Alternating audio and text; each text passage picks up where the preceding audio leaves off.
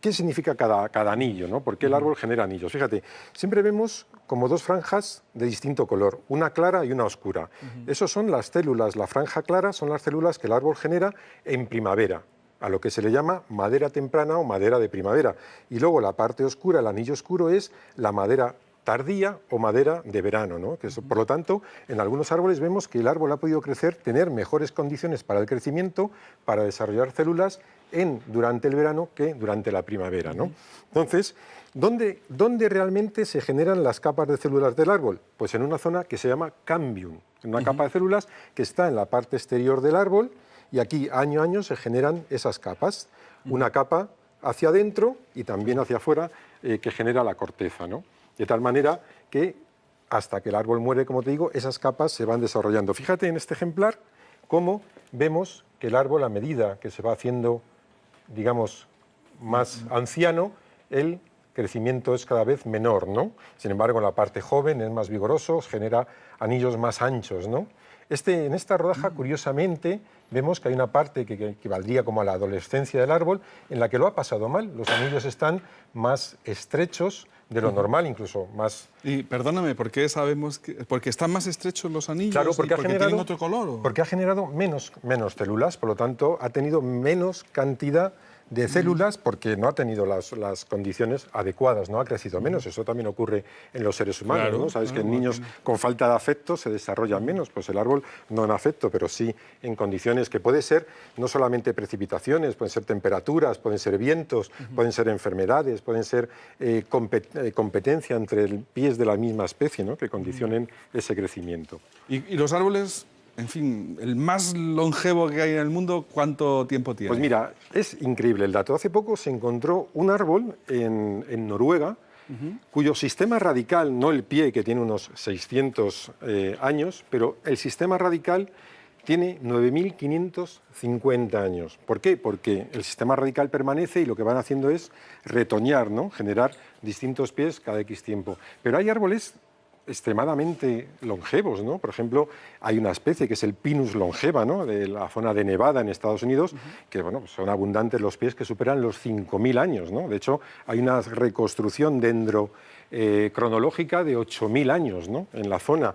Eso es muy útil, por ejemplo, para saber la evolución, imagino, ¿no? Del clima. Sí, del clima, siempre atendiendo a que el clima local, ¿no? No podríamos extrapolar al clima general, sino clima local, ¿no?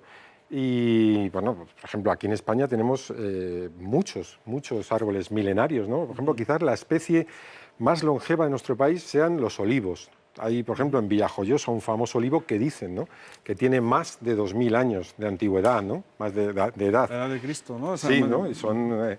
Y bueno, hay árboles, por ejemplo, la especie que te decía de Noruega es una picea, ¿no? Generalmente los árboles más longevos son resinosas, son coníferas, ¿no? Árboles que rellenan su xilema, su madera, de resinas, y que eso les hace pues, más resistente a la putrefacción, ¿no? Y que les hace más resistentes a ataques de hongos y demás.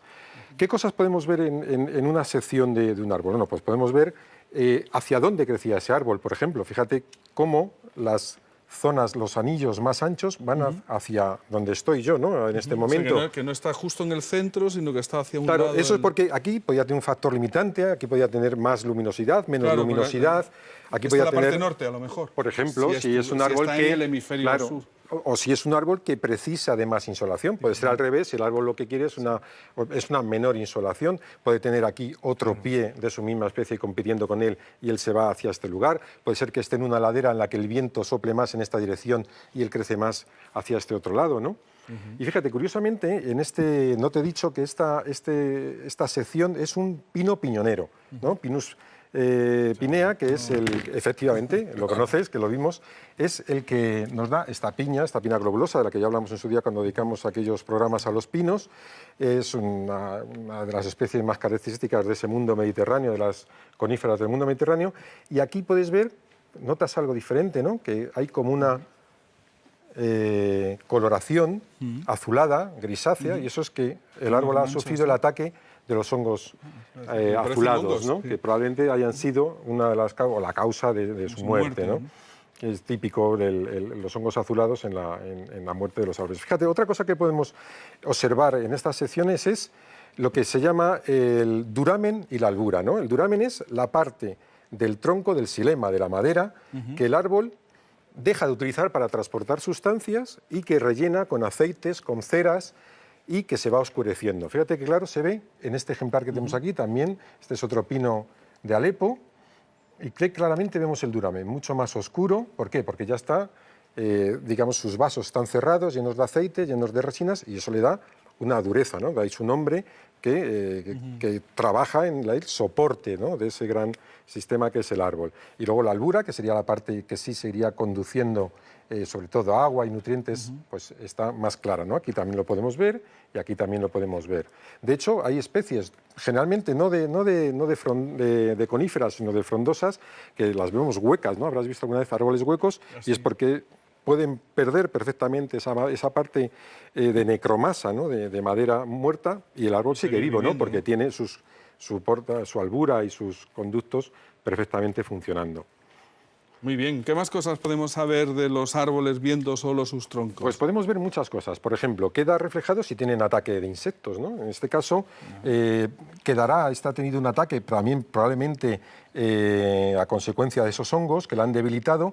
Mira, aquí tenemos taladros de escolítidos, y eso puede quedar, si el árbol lo superara, esas marcas quedan registradas en el tronco. ¿Qué más queda? Por ejemplo, si reciben el impacto de un rayo, queda perfectamente. Aquí no tenemos ningún ejemplar, pero hay golpes de rayos en los que aparece una zona más oscura, que ha habido pues, el impacto de un rayo, o bien manchas oscuras en los anillos porque haya habido un incendio, ¿no?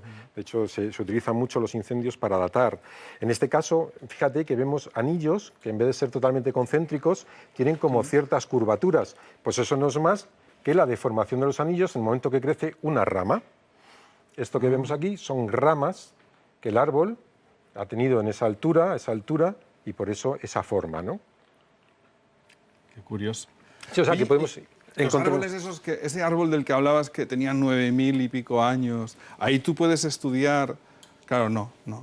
Y te iba a decir una burrada, ¿no? Te iba a decir lo de los dinosaurios, pero no hay árboles que hayan resistido tanto. No vivos. O sea, a ver, sería... Me imagino que es algo casi que raya la ciencia ficción, hacer una reconstrucción hacia pues, 65 millones de años atrás, que es cuando desaparecieron los dinosaurios. No, pero sí podemos irnos pues, hasta la última glaciación. Para eso es mejor usar las piedras, ¿no? Sí, para eso las piedras son también la memoria, digamos, de la Tierra. Piensa que si te hablo de esta picea de Noruega, que tiene 9.550 millones de años, nos estamos remontando pues, al temprano neolítico, ¿no? O sea, que, claro, cuando acaba la última glaciación, a un momento pues verdaderamente interesante, y obtener datos de cómo era el clima o de secuencias. Ten en cuenta que luego, por ejemplo, ¿no?, lo que hablábamos en Nevada, que tienen árboles de 3.000, 4.000, 5.000, 6.000 años, haciendo una secuencia con árboles muertos, nos podemos remontar pues, mucho tiempo atrás, ¿no?, y sacar pues, una secuencia cronológica, climática de José, nos hemos liado a hablar y no hemos visto las imágenes. ¿Nos da tiempo a ver rápidamente? Vamos a ver las especies más longevas algunas de las especies más longevas de nuestro país que te comentaba. No son exactamente los pies más longevos. Bueno, aquí tenemos un ejemplar maravilloso de roble melojo, de Quercus pirenaica, probablemente cercano al milenio andará este pie que ves aquí.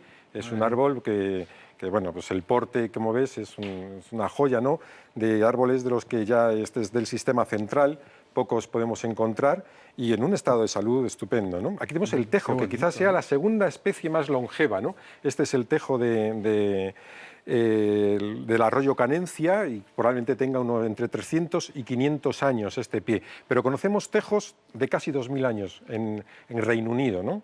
Los hay. La madera de tejo era maravillosa, ha sido siempre utilizada para hacer arcos y demás. Aquí tenemos un pino salgareño del Parque Natural de Cazorla-Segura de las Villas. Este es el pino concretamente que se dedicó a homenaje de Fray Rodríguez de la Fuente por su trabajo en el parque. Sí, aquí se ve algo, ¿no? Aquí sí, tenía una placa, efectivamente, y este tiene unos 350 años, ¿no? Pero se conocen pues, por encima del medio millar. Y el olivo, que como te decía, no este pie, pero otros que tiene. Fíjate, solamente en la provincia de Castellón hay inventariados más de 4.000 pinos que superan el millar de años. Caramba. O sea que Bueno, yo tenemos- creo que, no sé si te parecerá bien, pero yo creo que el tema da para bastante más. Sí. Si quieres, podemos quedar dentro de 15 días, seguimos hablando, no hemos terminado de ver el vídeo, ¿eh? Y seguimos hablando de árboles, ¿no? ¿Qué Hablamos te de parece? árboles y exactamente de la ciencia de la dendroclimatología y de sus hermanas, dendrocronología, dendroarqueología, que es obtener información de estas fuentes tan interesantes. Muy bien, José Manuel, gracias, de verdad, Gracias a amigo. vosotros.